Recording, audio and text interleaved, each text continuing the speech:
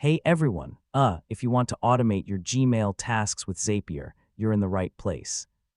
In this tutorial, I'll show you how to connect your Gmail account to Zapier so you can create powerful automations with your favorite apps. First, sign in to your Zapier account. Once you're on the dashboard, click the Create button and choose Zap to begin. Next, choose Gmail as your trigger or action app, depending on how you want your automation to work. Select the trigger or action event you want to use. For example, you can trigger a zap when a new email arrives or send an email automatically as an action. Now click Sign In to connect your Gmail account. Choose your Google account, then review and approve the requested permissions so Zapier can access Gmail.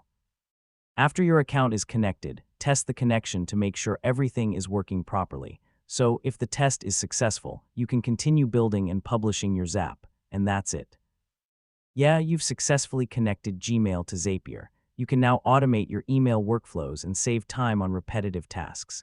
Thanks for watching, and I'll see you in the next tutorial.